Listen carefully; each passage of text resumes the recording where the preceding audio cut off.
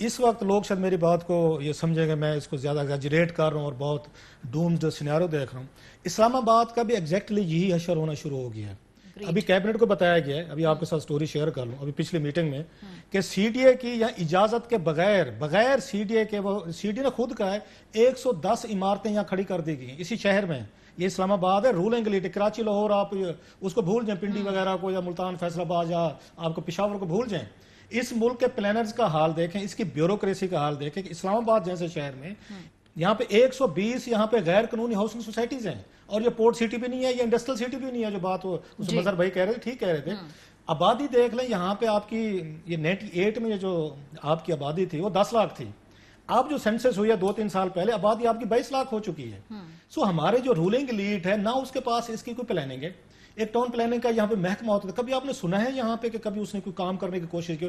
120 housing society illegal, legal کو چھوڑ دیں اسلام آباد میں ہے. 110 بلڈنگ یہاں سی ڈی اے نے یہاں پہ الاؤ کر دی ہیں, بن بھی گئی ہیں, جن کو آپ گرا بھی نہیں سکتے کیونکہ ریگولائز کرتے, پیسے دے دیں ریگولائز کروا لیں.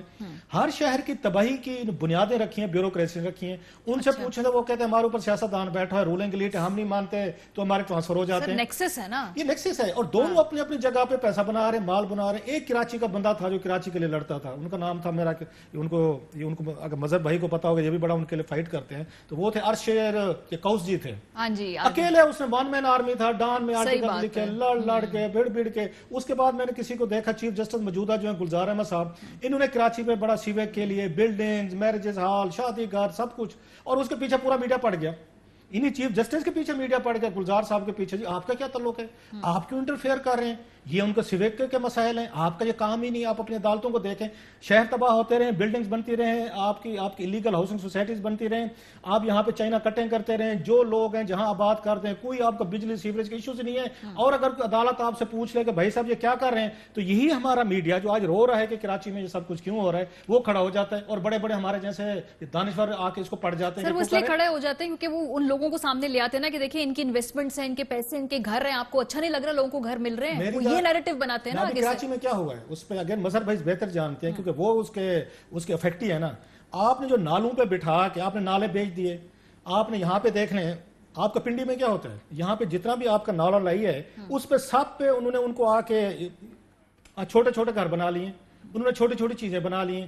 اب جب آپ کا سیلاب آتے بارشیں آنی ہوتی ہیں. دوسرا کراچی میں یہ بڑی میسو بارشیں بڑے عرصے بعد آئی ہیں, اور یہ کسی جگہ پہ ہوتی, کسی شہر میں ہوتی, اتنی ہی ڈیزاسٹر آنے تھے جتنی ہوئی ہے. سر لیکن تیاری نظر آتی ہے نا, رسپانس نظر آتا ہے, رسپانس اور تیاری. اب اس پہ آتے جو بات آپ نے کی ہے ابھی اس پہ کہ میڈیا کیوں فوکس کرتا ہے, خیر اس کا جواب بڑا اچھا دے دیا ہے.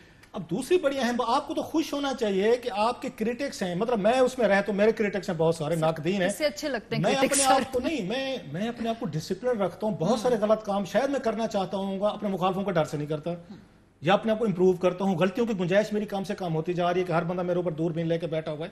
یہاں پہ جو آپ کا کراچی کا سب سے بڑا مسئلہ ہوا ہے, اس میں صرف ایک پارٹی کو آپ اس میں بلیم نہیں کر سکتے. بالکل نہیں. اس میں ایم کیو ایم کے پاس 20-30 سال یہ شہر رہا ہے, یہ مقام یہ ہم دکھانا بھی چاہتے ہیں کہ کون کس کے پاس کب رہا کراچی. یہ مقامی حکومت ان کے پاس نہیں ہے, جنرل مشرف کے 10 سال ان کے پاس ہے. انہوں نے کراچی پہ بالکل ایبسولوٹ رول کیا, کسی کو ضرورت نہیں تھی, ان کو بلینز آف روپیز ملے, فنڈز ملے. بعد میں کیا پتا چلا کہ پیسہ جو ہے نا ادھر سے دائیں بائیں ہو کے لندن سیکریٹریٹ بھیج رہے تھے.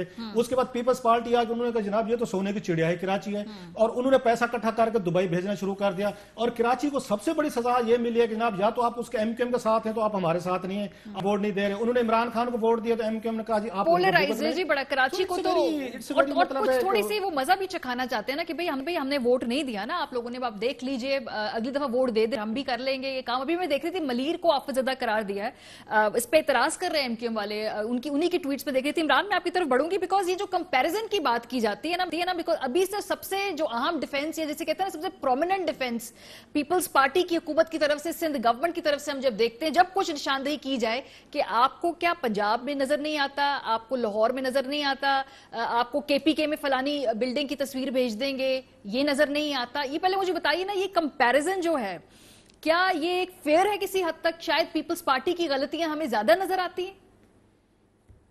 بسم اللہ الرحمن الرحیم. دیکھیں کمپیریزن نہیں ہے, یہ کمپیریزن نہیں ہے, یہ ٹیکٹس ہے, اور یہ پی ایم ایل این اور پیپلز پارٹی دونوں کو آتا ہے. آپ جب انہیں کہیں گے نا کہ آپ نے چوری کی ہے, تو یہ آپ کو یہ نہیں بتائیں گے کہ ہم نے چوری نہیں کی, یہ کہیں گے تم چور ہو. کوئی ان کو کہے گا کہ آپ نے یہ غلط کیا, کہیں گے نہیں تم غلط ہو.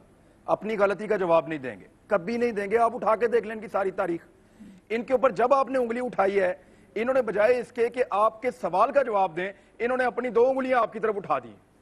یہ طریقہ واردات ہے, ایک ہی پارٹی رسپانسیبل ہے. ایویں ہم جھوٹ بول رہے ہیں اس چکر میں, ایم کیو ایم نے یہ کر دیا, پی ٹی آئی نے یہ کر دیا. ہم بیلنسنگ فیکٹر کے چکر میں پیپلز پارٹی سے ڈرتے ہیں, ہم بزدل ہیں, ہم ڈرتے ہیں. ہم یہ سوچتے ہیں کہ پیپلز پارٹی کے پتہ نہیں مہمان نہیں آئیں گے ہمارے پروگرام میں, ناراض ہو جائے گی ایک پولیٹیکل پارٹی, ہمارے میڈیا کو نقصان دے دے گی, ہمارے اوپر چھاپ لگا دے گی کہ ہم جو ہے وہ بائسڈ ہو گئے ہیں. پیپلز پارٹی رسپانسیبل ہے. 12 سال سے کراچی کا سب سے سندھ کا طاقتور آدمی کون ہے 12 سال سے؟ آصف علی زرداری, سندھ کا سب سے طاقتور آدمی ہے. اس کا وزیر اعلیٰ وہاں پہ 12 سال سے. بھائی وزیر اعلیٰ سے زیادہ طاقتور آدمی کون ہے؟ وہ وزیر اعلیٰ کو نظر نہیں آ رہا میرا شہر ہر سال ڈوب جاتا ہے. وہ پکڑے لوگوں کو بٹھائے, کیوں کوئی منع کرتا ہے اس کو؟ کوئی اس کو یہ منع کرتا ہے کہ آپ ڈی ایچ اے والوں کے ساتھ میٹنگ نہ کریں؟ کوئی اس کو منع کرتا ہے کہ آپ کنٹونمنٹ والوں کے ساتھ میٹنگ نہ کریں؟ ان کے اپنے پلاٹ کا رولا ہو تو ان کے منسٹر جا کے ان کے دفتروں میں بیٹھ کے اپنا پلاٹ کلیئر کروا کے آ جاتے ہیں. کیا ان کے منسٹروں کے یا ان کے لوگوں کے ڈی ایچ اے کے اندر پلاٹس نہیں ہیں؟ تو ان پلاٹس کے لیے جا کے وہاں ڈی ایچ اے کے لوگوں کے ساتھ تعلقات نہیں بناتے؟ کیا یہ اپنے پراپرٹی کے معاملات ریزالو کرنے کے لیے کنٹونمنٹ کے پاس نہیں جاتے؟ کیا یہ اپنے ذاتی معاملات میں یا اپنے جو ان کے ورکرز ہیں ان کے ذاتی معاملات میں ان کو ٹیلی فون نہیں کرتے؟ تو یہاں پہ بھی بیٹھ جائیں, بھائی پانی نکالنا ہے, گٹر صاف کرنا ہے, نالا صاف کرنا ہے, ہمیں جگہ بنانی ہے, کچرا اٹھانا ہے, اس کے اوپر نہیں بیٹھیں گے کیونکہ پریورٹی نہیں ہے. یہ پارٹی 12 سال سے اقتدار میں ہے, 12 سال سے اقتدار میں. چارج شیٹ پوری کی پوری پیپلز پارٹی پہ. ایم کیو ایم کے اوپر ہم چارج شیٹ تب کستے جب الطاف حسین آج بھی ایم کیو ایم کے سر کے اوپر بیٹھا ہوا ہوتا. الطاف حسین وہ ناسور تھا جس نے اس کراچی شہر کو تباہ کیا, ایم کیو ایم کے ساتھ مل کے بیڑا غرق کیا اس شہر کا. یہاں سے لوٹ کے پیسہ پاکستان سے باہر لے کر چلے گئے اور جدھر دل کیا جو مرضی بنا دیا. خود تو لندن میں رہنا تھا, پاکستان آنا نہیں تھا, اور جب پاکستان نہیں آنا تھا, لندن میں رہنا تھا, تو کراچی جائے بھاڑ میں میری بلا سے. میں نے تو یہاں پہ آنا ہی نہیں ہے, میں تو رہوں گا باہر ملک میں اور وہیں سے بولوں گا, لوگ میری پیروی کریں گے. تو الطاف حسین کا گناہ جو ہے وہ آپ پوری ایم کیو ایم کے سر نہ ڈالیں. ابھی وہ ایم کیو ایم والے اقتدار میں نہیں ایک وجہ ہے, نہیں اس کی وجہ ہے Imran, let me add a perspective to it. اس لیے ایم کیو ایم کی ذمہ داری بھی ہے بیکاز جو کراچی کے آج کے مسئلے ہیں نا, یہ 10-12 سال کے نہیں ہیں, یہ تھوڑے سے اس سے بھی پہلے جاتے ہیں. مظہر صاحب مجھے اس سے کنفرم کر دیں گے کہ یہ میری بات سنیں, 12 سال سے تو یہ آ گئے ہیں نا. ہاں یہ آ گئے, لیکن ایم کیو ایم پھر بھی یہاں پر کسی صورت میں اقتدار میں تھی. پرانے مسائل تھے, یہی بات اب پیپلز پارٹی نہیں کہتی, پیپلز پارٹی نہیں کہتی ان کو, پی ٹی آئی والوں کو, کہ تم کیوں روتے ہو کہ نواز شریف نے یہ کر دیا, زرداری نے یہ کر دیا, مشرف نے یہ کر دیا. تم اپنا جواب دو, 2 سال ہو گئے ہیں تمہیں اقتدار میں آئے ہوئے, ٹھیک ہے. تو پیپلز پارٹی نہیں رو سکتی کہ 12 سال پہلے ایم کیو ایم نے یہ کر دیا. ان کو 2 سال کے بعد کہہ رہے ہیں کہ تم پچھلی بات نہ کرو, اور خود 12 سال کے بعد پچھلی بات کر رہے ہیں. یہ بے شرمی ہے, ڈٹائی ہے, اور کچھ نہیں ہے. ایک اور بات بتائیے, اور مظہر بھائی نے جو بات کی ہے نا, وہ بات بہت کڑوی ہے, ان کی بات بہت کڑوی ہے. میں نے بھی اس کو ٹویٹ بھی کیا, مجھے بڑا دکھ ہوا ان کی بات سن کے. بڑی کڑوی ہے لیکن بات سچی ہے.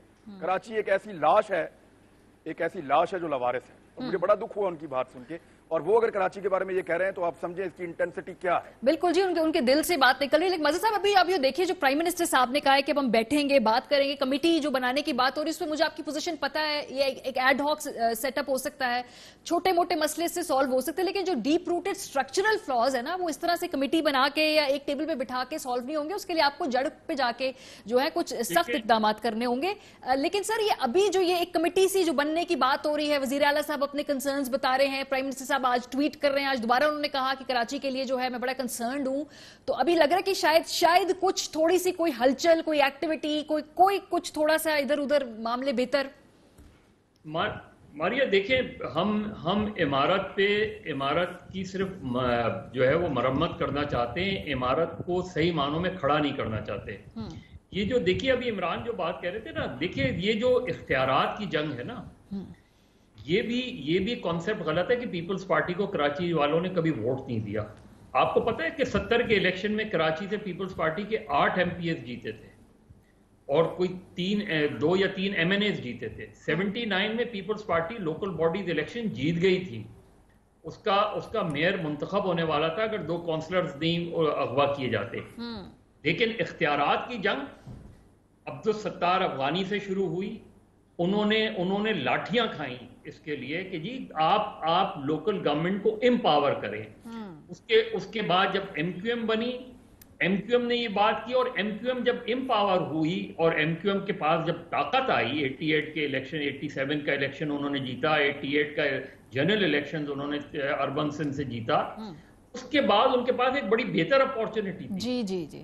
اسی پھر مشرف صاحب کا دور آپ اٹھا لیں کہ مشرف صاحب کے دور میں بھی اب کانفلکٹ کیا ہے, میں آپ کو بالکل سمپل سا بتا دوں کانفلکٹ کیا ہے. کانفلکٹ یہ ہے کہ پیپلز پارٹی کی سندھ گورنمنٹ کا جو کراچی کو دیکھنے کا طریقہ ہے وہ یہ کہتے ہیں کہ جی 79 کے جو آرڈیننس تھا, لوکل گورنمنٹ آرڈیننس, وہ ہم نے اس کو تھوڑا سا بہتر بنا کے 2013 کا کیا, کیونکہ 2001 کا آرڈیننس ہمیں لگتا ہے کہ وہ بہت زیادہ اس پہ چیک اینڈ بیلنس نہیں تھے.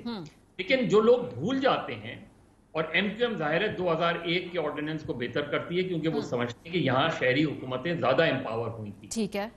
اس کے بیچ کا حل بھی تلاش کیا گیا تھا. اچھا. جب 2011 میں پیپلز پارٹی اور ایم کیو ایم کا کانفلکٹ بنا تھا, اس کے بعد ایک Sindh Peoples Local Government Ordinance بھی آیا تھا 2011 میں, 2011 یا 2012 میں. صحیح.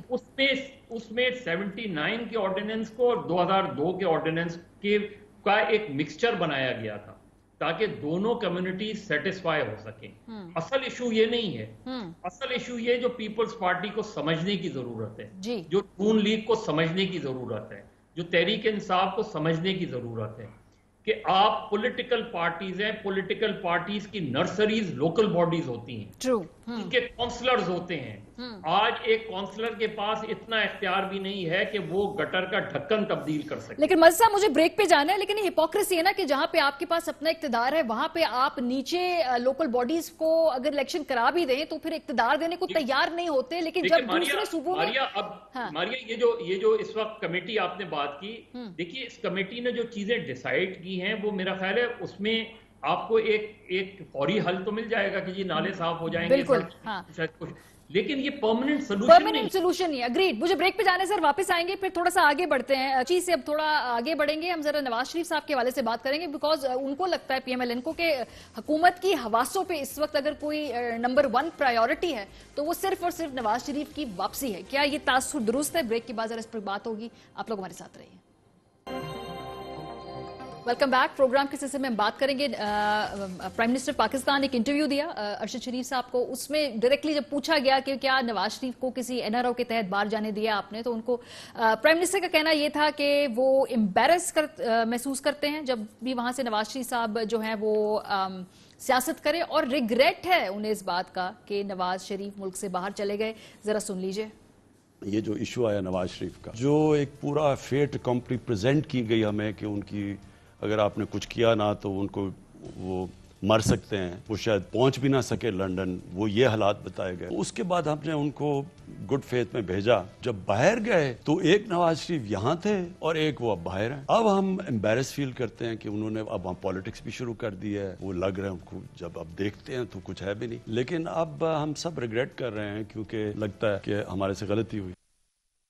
اپوزیشن سمجھتی ہے اور نون لیگ اسپیسیفک یہ سمجھتی ہے کہ اس وقت حکومت کے حواسوں پہ اگر نمبر 1, 2, 3 پرائیورٹی لسٹ پہ کوئی معاملات ہیں تو وہ صرف اور صرف نواز شریف کی صحت, نواز شریف کی سیاست ہے.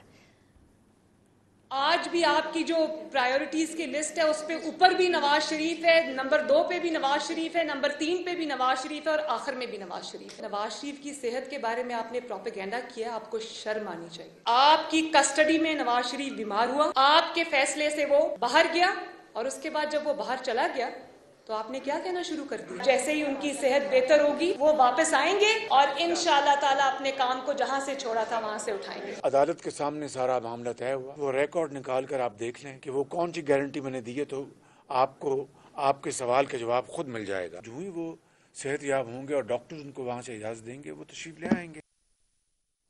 یہ گارنٹی بھی ویسے سامنے آ گئی ہے. جو انڈر ٹیکنگ تھی اس کی کاپیز آپ سب لوگ دیکھ ہی چکے ہوں گے. اگر نہیں دیکھی تو آپ کو دوبارہ اسکرین پر دکھا دیتے ہیں, جس میں شہباز شریف صاحب جو انڈر ٹیکنگ دے رہے ہیں ان کی اپنی ہینڈ رائٹنگ میں, اور وہ کہہ رہے ہیں کہ I Mian Muhammad Shahbaz Sharif do hereby undertake to facilitate is the key operative word, یعنی کہ ہر طرح سے معاونت کی جائے گی to return of my brother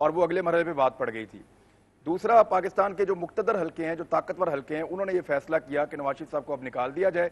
Imran Khan صاحب اتنے مجبور ہو گئے کہ میڈیا کا پریشر بہت زیادہ تھا, پولیٹیکل پارٹیز کا پریشر بہت زیادہ تھا, اور ملک کے حالات آپ کے سامنے تھے اس وقت, تو وہ اس پریشر کو نہیں اٹھا پائے اور انہوں نے مجبوراً نواز شریف صاحب کو یہ کہہ کر کہ میں ترس کھا کے جانے دے رہا ہوں, انہوں نے پاکستان سے باہر جانے دیا. اب آپ یہ دیکھیں کہ جب بھی کبھی اس حکومت کے اوپر برا وقت آتا ہے, مثال کے طور پہ بھی وہ سعودی عرب کے ساتھ ایک ایپیسوڈ ہوا ہے, یا اس سے پہلے بھی جب برا وقت آیا ہے, تو نواز شریف صاحب کی ایک فریش قسم کی تصویر آتی ہے جس میں وہ حشاش بشاش نظر آ رہے ہوتے ہیں. وہ تصویر نہیں ہوتی ہے, ایکچولی وہ سی وی ہوتی ہے نوکری کے لیے. ایک درخواست ہوتی ہے کہ دیکھیں میں بھلا چنگا ہوں, بالکل ٹھیک ٹھاک ہوں, واک کر رہا ہوں, چل رہا ہوں, کافی پی رہا ہوں, تو مجھے ایک دفعہ پھر ٹرائی کیا جائے, میں اس قابل ہوں کہ آ کے یہاں پہ یہ جاب کر سکوں. یہ تصویر اگر آپ غور کریں تو پی ایم ایل این کے اکاؤنٹ سے شیئر ہوتی ہے, اور پھر یہ وائرل بھی ان کے اکاؤنٹس کے اوپر ہوتی ہے, بہت بڑی تعداد میں, بڑی تیزی سے وہ اس کو وائرل کرتے ہیں. اس تصویر کا مقصد کچھ اور ہوتا ہے, بے شک یہ کسی اور کے اوپر ڈال رہے ہوتے ہیں. بات بڑی کلیئر ہے, نواز شریف صاحب کو نکالنے والے کوئی اور تھے, اور وہ پاکستان کے اندر کی جو طاقتور حلقے ہیں وہ نہیں تھے, ان کو بھی باہر سے مجبور کیا گیا تھا. پاکستان نے کئی لوگوں سے پیسے پکڑے ہوئے ہیں, کسی سے پیٹرول لیتے ہیں, کسی سے پیسے لیتے ہیں, ہم انڈیپینڈنٹلی فیصلے نہیں کر سکتے, پھنسے ہوئے ہیں. دوسرا, آپ عمران خان سے توقع کرتی ہیں کہ وہ احتساب کرے گا. ایک قانون بنانے کی قابلیت نہیں ہے بغیر فوج کی مدد کے, اداروں کی مدد کے بغیر وہ ایک قانون نہیں بنا سکتے. اتنی کمزور حکومت ہے ان کی, ایک دم ٹھک کر کے گر جائے گی, اپنی مرضی سے کوئی قانون نہیں بنا سکتے. تو نیب کا قانون کیسے تبدیل کریں, اور جو موجودہ نیب کا قانون اور آپ کا احتساب کا پورا سسٹم ہے اس کے اندر اتنی بڑی بڑی گنجائشیں ہیں, اتنی بڑی بڑی گنجائشیں ہیں جن سے فائدہ اٹھاتے ہیں یہ وائٹ کالر کرائم کرنے والے کرمنلز. دوسرا, وہ کرائم بڑا جو ہے وہ حساس نوعیت کا ہوتا ہے, فیسلٹیز یہاں پہ ہے نہیں.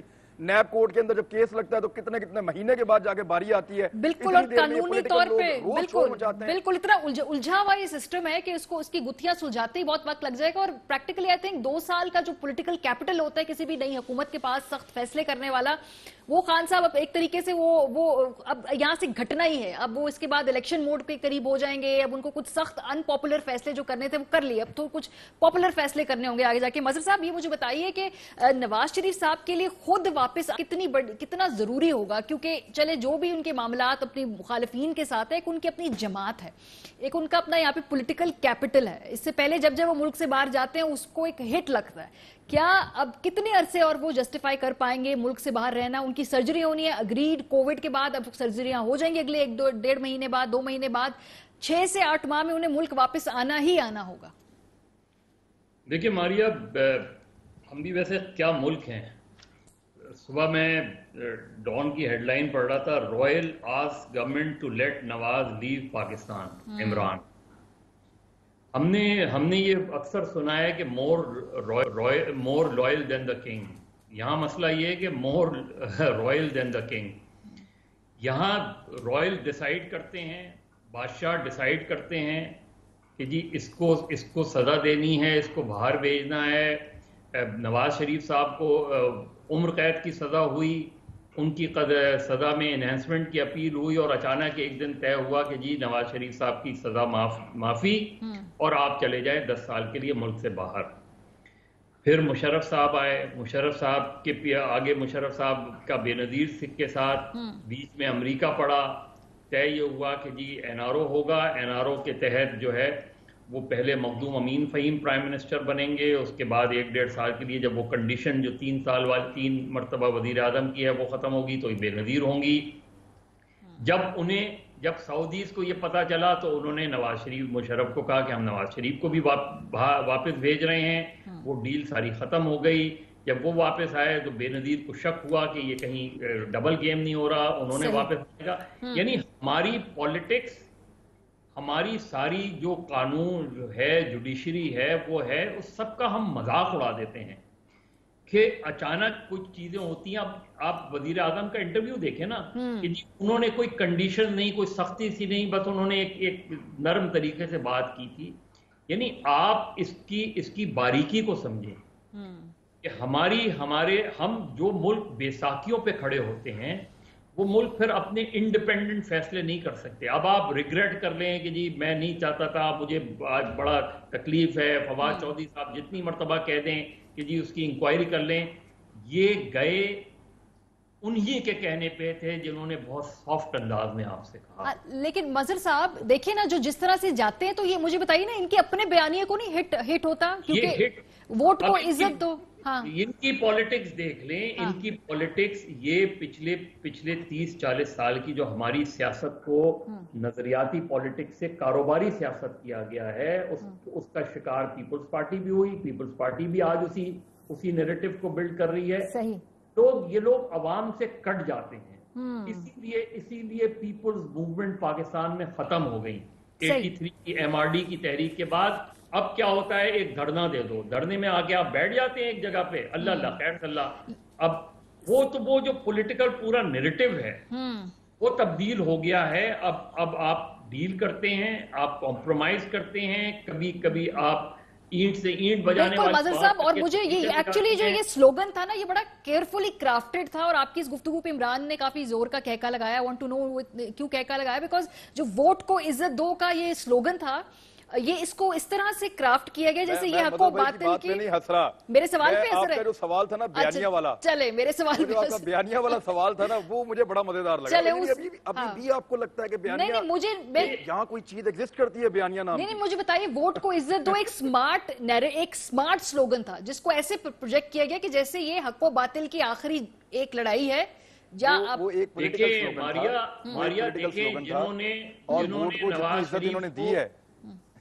جنہوں نے نواز شریف کو جی ٹی روڈ سے جانے کا مشورہ دیا تھا وہ خود موٹر وے سے آئے. ہاں ٹھیک ہے, صحیح ہے. جنہوں نے شہباز شریف کو جا کے, ہمارے صحافیوں نے بھی تو ڈاکیا کا کام شروع کر دیا ہے نا. جی بالکل. انہوں نے شہباز شریف کو مشورہ دیا کہ جی آپ وزیر اعظم ہونے والے ہیں, بس کیبنٹ بنانا شروع کر دیں. ہماری برادری کا جو رول ہے پچھلے 30-40 سال کا وہ انتہائی شیمفل رول ہے. ہم پولیٹیکل پارٹیز کے جھنڈے لے کے کھڑے ہو جاتے ہیں اسٹیج. سر پھر اس کی قیمت بھی تو ادا کی ہے نا, قیمت بھی تو ادا کی. اب آپ دیکھیں نا اس وقت ہے یہ ایک ڈویژن ہے, پولیٹیکل ڈیوائیڈ بھی ہے, آئیڈیولوجیکل ڈیوائیڈ بھی ہے. اس سے نقصان تو ہم لوگ کو ہی ہوا ہے نا کلاسر صاحب.